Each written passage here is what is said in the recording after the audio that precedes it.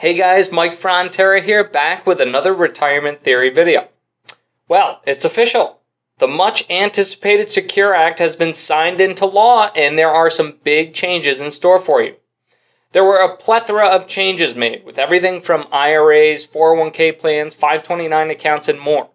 And not every change was a big one, so I'll save you some time and go over the ones that are likely to be the most impactful. And for shorthand, I'll be calling 401k, 403b, 457, and IRA accounts IRAs. Just know that when I do, I'm referring to all of these different retirement plan types. Okay, so let's start with IRA required minimum distributions, or RMDs. You know that money that you have to start taking out at 70 and a half? Who came up with that odd age anyway? Well, now they've moved it to 72. And if nothing else, this should make it easier to figure out what year you need to start taking money out of your account.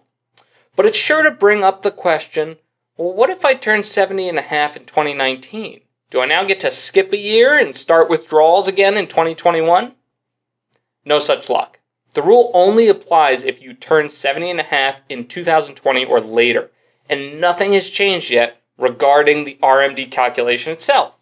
Though there are some rumblings that this calculation may soon be revised to reflect longer lifespans.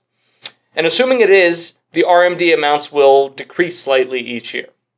A bigger change with RMDs, however, are for those that occur after death. For those of you who may stand to inherit or may pass on an IRA, RMDs will no longer be able to be stretched across a beneficiary's lifetime.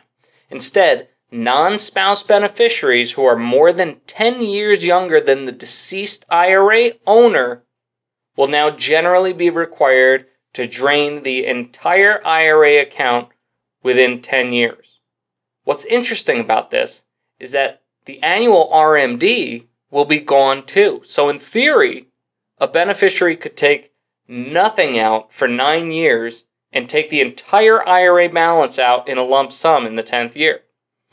For beneficiaries who may be working but plan to retire in the next few years, this could provide at least some withdrawal planning to wait until their income is lower before drawing down their inherited IRA. It may also increase the popularity of Roth IRA conversions for those looking to pass on an IRA.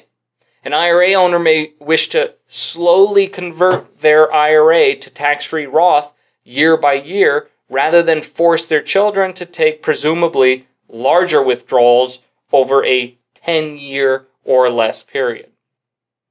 Couple final side notes on this. Under previous law, 70 and a half marked both the age at which RMDs would start as well as when IRA contributions must stop. This restriction has been lifted, so as long as you have the earned income, there is now no age limit for making IRA contributions. Also, the increased RMD age to 72 does not affect the age for which qualified charitable distributions, or QCDs, are able to be made. Those are still available for folks 70 and a half years or older.